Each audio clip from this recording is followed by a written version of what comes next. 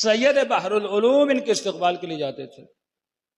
ان کے شاگرد کہتے ہیں کہ ایک دن ہم نے دیکھا کہ سید بحر العلوم کے استقبال کے یہ انجمن والے ماتم کر رہے تھے، کہتے پتہ نہیں سید بحر العلوم کو کیا ہوا، انہوں نے سر سے امامہ اتارا، جوتیاں اتاری اور دوڑے دوڑے گئے مجمع کے بیچ میں اور ماتم کرنے لگے، گریہ کرنے لگے، سر پیٹنے لگے۔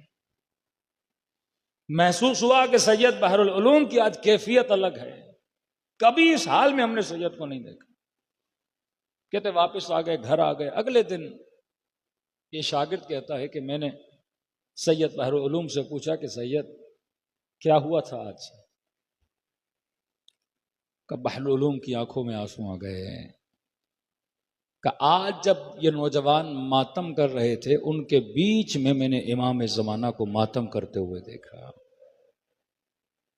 فرزند زہرا کو ماتم کرتے ہوئے دیکھا کہ مجھ سے برداشت نہیں ہوا، میں بھی مل گیا اس مجمع سے اور امام زمانہ کے ساتھ ماتم کرنے لگا۔ کہ میرے پانچویں امام یہ فرمائے کہ مت سمجھنا صرف تم مجلسوں میں آتے ہو، ہم بھی تمہاری مجلسوں میں آتے ہیں۔ کبھی کہا کہ جہاں عزادار آخر میں بیٹھتے ہیں، جہاں جوتیاں رکھتے ہیں، وہاں ہم کھڑے ہو جاتے ہیں، تم ایک ایک کا استقبال کرتے ہیں۔ کبھی کہا بھی ذاکر نے مسائے پڑھے نہیں، پڑھنا چاہتا ہے، تم سب کے سروں کے پیچھے ہماری دادی زہرا کھڑی ہو جاتی ہے، دعا کے لیے ہاتھوں کو بلند کرتی ہے، خدا یہ میرے حسین کا عزادار ہے۔ کبھی غور کیا ہے روتے ہو لیکن رونے کے بعد خدا تجھے فرح دیتا ہے، ایک سکون دیتا ہے، واللہ یہ سکون دنیا کی کوئی طاقت تجھے نہیں دے سکتی جو گریہ حسین ہمیں دیتا ہے۔ خلوص سے دل سے کہا میرے جد کو سلام کرو، خدا تجھے ثواب زیارت حسین عطا کرے گا۔ سب مل کے السلام علی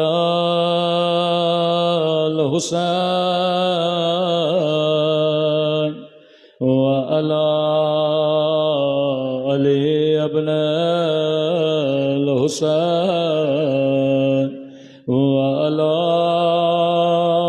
اولاد وعلی اصحاب۔ بلند آواز سے السلام علی الحسین وعلی علی ابن وعلی اولاد وعلی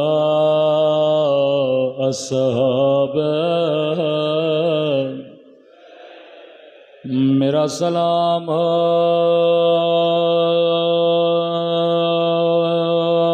زینب کی چادر پہ،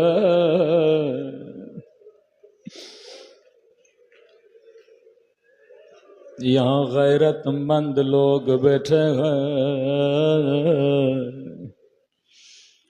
اللہ آپ کی بہنوں کی چادروں کی حفاظت کرے۔ روایت کے جملے ہیں جب قافلہ بازار کو آتا تھا زینب بڑی حسرت سے عباس کو دیکھتی تھی،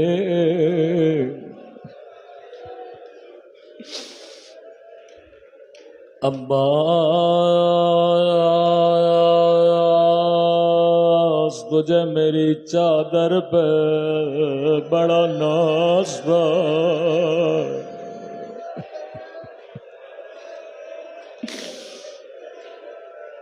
غازی عباس امام حسین کی خدمت میں آئے، کہا مولا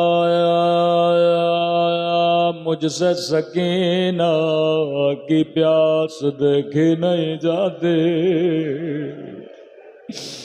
یہ بچے آتے ہیں مجھے انگلیوں سے پکڑتے ہیں، کہتے ہیں چچا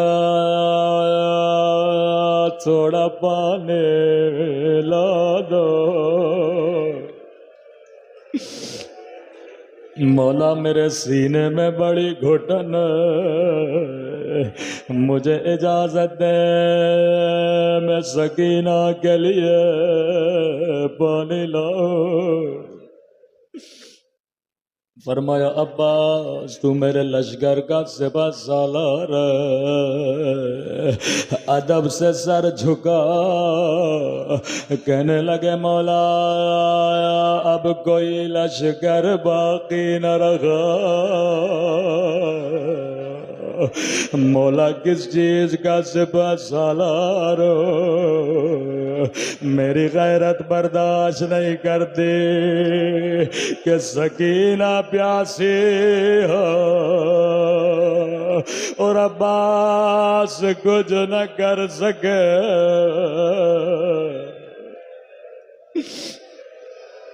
فرمایا عباس میں تجھے نہیں روکتا، پہلے جاؤ زینب سے اجازت مانگو، اگر زینب کہہ دے تو چلے جانا۔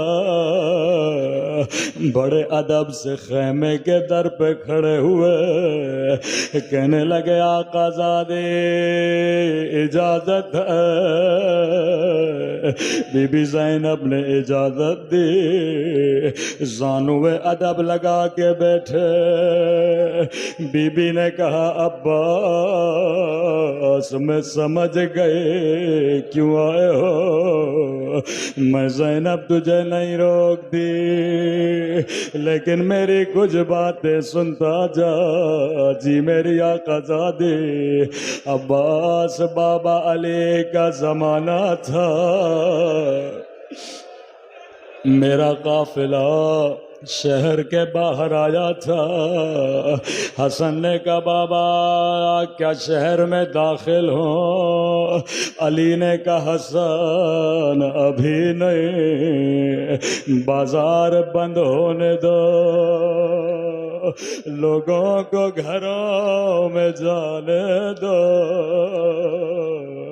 میں علی کی غیرت پہ قربان۔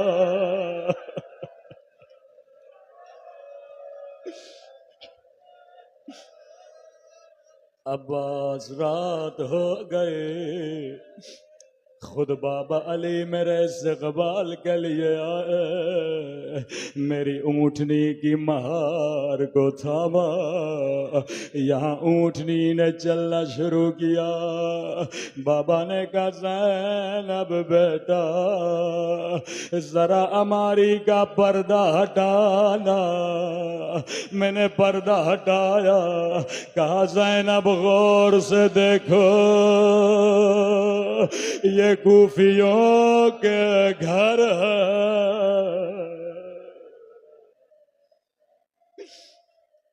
عباس میں نے دیکھا لیکن دل میں سوچ رہی تھی بابا مجھے کیوں دکھا رہے ہیں۔ یہاں سواری آگے بڑھی، پھر کہا زینب ذرا پردہ ہٹانا، زینب یہ کوفیوں کے گھروں کی چھتیں ہیں، زینب یہ کوفے کا بازار ہے۔ عباس میری سمجھ میں کچھ بھی نہیں آیا۔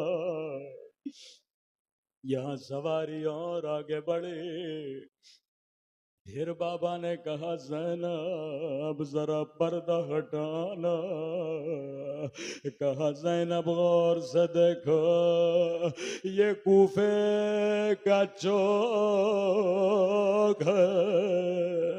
عباس اب مجھ سے رہا نہ گیا، میں نے کہا بابا بازار دکھانے ہیں، حسن کو دکھائیے۔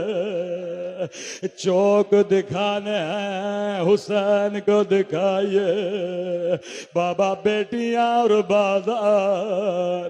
سنو گے عباس بابا نے کیا کیا؟ میری سواری کو بٹھایا، کبھی میرے ہاتھوں کو چومنے لگے، کبھی میرے سر کا بوسہ لینے لگے۔ روکے گا زینب یہی بازار ہوگا، تیرے ہاتھوں میں رسیاں، تیرے سر پہ چادر نہیں ہوگے۔ عباس میں سنتے رہے، میں نے کہا بابا آپ امام ہیں، علم غیب جانتے ہیں، بابا میں کوئی اعتراض نہیں کرتے، لیکن بابا میرا ایک سوال ہے، جس بھی بہن کا ایک بھائی ہو اس کا بھی کوئی نام نہیں لیتا، اللہ نے مجھے 18 بھائی دیے، مجھے عباس جیسا بھائی دیا۔ یہ کہہ کے زینب نے کہا عباس کھڑے ہو جا، دونوں باہیں عباس کے گلے میں ڈالے، روکے گا خدا حافظ عباس۔ اب میں زینب سمجھ گئے میرے ہاتھوں میں رسیاں بدلے کا وقت قریب ہے، میرے سر سے چادر چھنے۔ الا لعنت اللہ علی القوم الظالمین۔